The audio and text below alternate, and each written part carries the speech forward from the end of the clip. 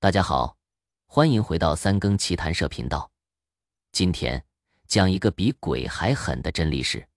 一个没读过书的太监，把整个大明朝廷变成了屠宰场。他没进过私塾，没抄过四书五经，但他把天下权柄玩得比朱元璋还顺手。他就是魏忠贤。皇帝封他9000岁，不是900岁，不是98岁，是9000岁。这数字吓死谁？连皇帝都得叫他一声9000岁。顺他者昌，逆他者亡。一个太监靠什么做到？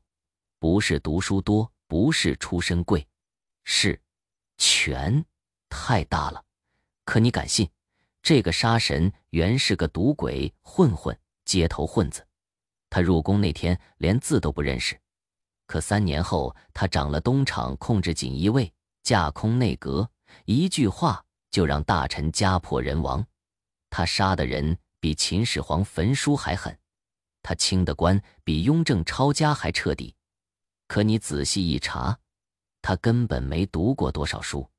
那他怎么翻天答案？不在书上，在权上。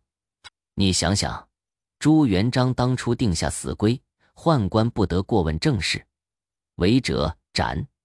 他还挂了一个铁牌在宫门上，内臣不得干预政事，遇者斩。可后来呢？这铁牌竟然被一把火烧了。谁烧的？王振第一个敢动铁牌的太监。他不是读书人，他是暴发户。可他说，我现在就是朝廷。他把皇帝的签字权直接抢了。皇帝批红，不是他在批红。你写诏书，他盖章；你动一人，他死全家。他一句话，内阁跪着改；他一怒，百姓哭着逃。可他读书吗？不，他一个字都不认得。那他怎么掌权？因为他手上有3样东西：第一，厂卫，东厂、西厂、锦衣卫，人人闻风丧胆的特务机构。谁说这玩意儿是明朝的安保部门？错，这是太监的杀人工具。他们白天巡逻，夜里挖坑，谁敢说魏忠贤坏话？第二天他家就断了气。第二，话语权，不是说你写文章，而是说你决定谁有发言权。魏忠贤设逆党名单，名单上的人连名字都不能提，提了就是逆贼同党，全家抄斩。第三，皇帝的授权，说白了是明熹宗亲手把江山送给了魏忠贤。皇帝是谁？明熹宗朱由校，一个整天修木头的天才匠人。他不看奏折，不议朝政，只爱做木工。他把朝廷交给了魏忠贤，不是说你帮我管，而是你就是王。你说一个不爱江山的皇帝和一个想当王的太监合在一起，是啥结果？答案是王朝末日。魏忠贤把厂卫变成了他的刑场，他用酷刑逼供，用哭墙杀鸡儆猴。什么叫哭墙？就是把官员关进一间密室，墙上钉满刀锋。你不认罪，哭就给你割。你哭得越惨，割得越狠。有人被割了3天还活着，活到最后一刻才说出我认罪，我认罪。那不是认罪，那是求死。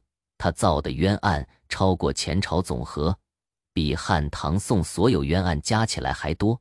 可笑的是，他没读过书。不是，读书越多越反动，是权力越大越反动。刘成龙说得好，太监反动，不是因为读书多，而是因为皇帝给了他们太多权。朱元璋当初不让读书，是怕他们有思想。可后来的皇帝反而把思想权、执法权、人事权、财政权全都给了太监。这不是造反，这是授权造反。更可怕的是，魏忠贤还搞思想垄断。他建忠贤庙，全国建祠，万人顶礼膜拜。他不是神，却是神。他写9000岁碑，立在紫禁城门口，刻着他3个字：魏忠贤。文武百官见碑下跪，连皇帝都要在旁边磕头。你说这像不像一场大型神权运动？可更荒唐的还在后头。他让太监们当军师，当总督，当巡抚，一人当官，全家吃香。他手下的人个个有官职，人人有银子，贪得像洪水一样。可他不贪，他贪得更狠。他下令，凡官员升迁必须送银子，多少5万两起步，一个知府要交10万两，交不起那就去死。他把朝廷变成了一座贪官交易所。最讽刺的是，他连皇帝都不怕。有一次，明熹宗想撤他，魏忠贤冷笑：“陛下，您修木头，我管天下。”皇帝没说话，因为他知道自己已经被架空。后来皇帝病重，魏忠贤居然提前准备了接班仪式。他让人穿龙袍练习登基。他想，自己当皇帝，你敢信？一个太监在大明皇城密谋登基。可他没成功，因为明熹宗死了，皇帝一死，天下翻盘，新帝登基。第一道圣旨就是诛魏忠贤。可魏忠贤早有准备，他调兵进攻，封锁紫禁城，要发动政变。可他没想到，他最信的心腹已经反水，他最亲的兄弟已经把密信交给了东厂。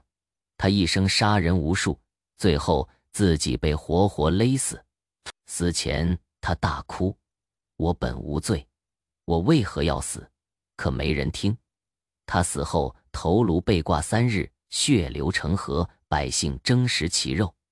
有人说他死前还念叨：“我一生只做了一件事，权力，而权力最终杀死了他。”可你回头想想，是谁给了他权力？是朱元璋？不是。他怕太监掌权，是明太祖定规。他定的铁牌被王振烧了，是明英宗。他让太监带兵出征，是明宪宗。